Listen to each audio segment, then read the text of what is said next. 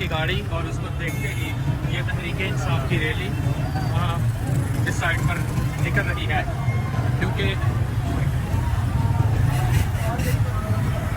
निकल रही है। ये आप देख रहे हैं पाकिस्तान तहरीक इंसाफ की रैली झंडे लेकर ये आगे आगे वो और उनके पीछे पंजाब पुलिस की गाड़ी अब लग चुकी है। अब देखते हैं आगे क्या होता है।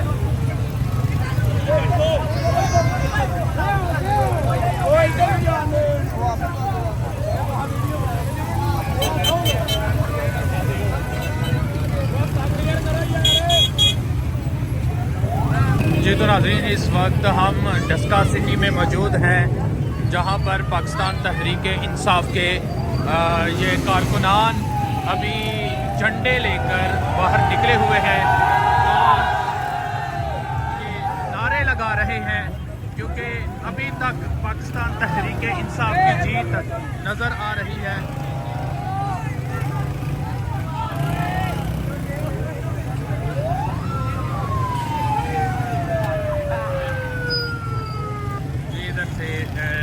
जी तो नाज़रीन, ये आप देख रहे हैं पाकिस्तान तहरीक इंसाफ की रैली डस्का सिटी में। पाकिस्तान तहरीक इंसाफ की रैली झंडे लेकर बाहर निकल चुके हैं। इस वक्त आप देख सकते हैं पाकिस्तान तहरीक इंसाफ की ये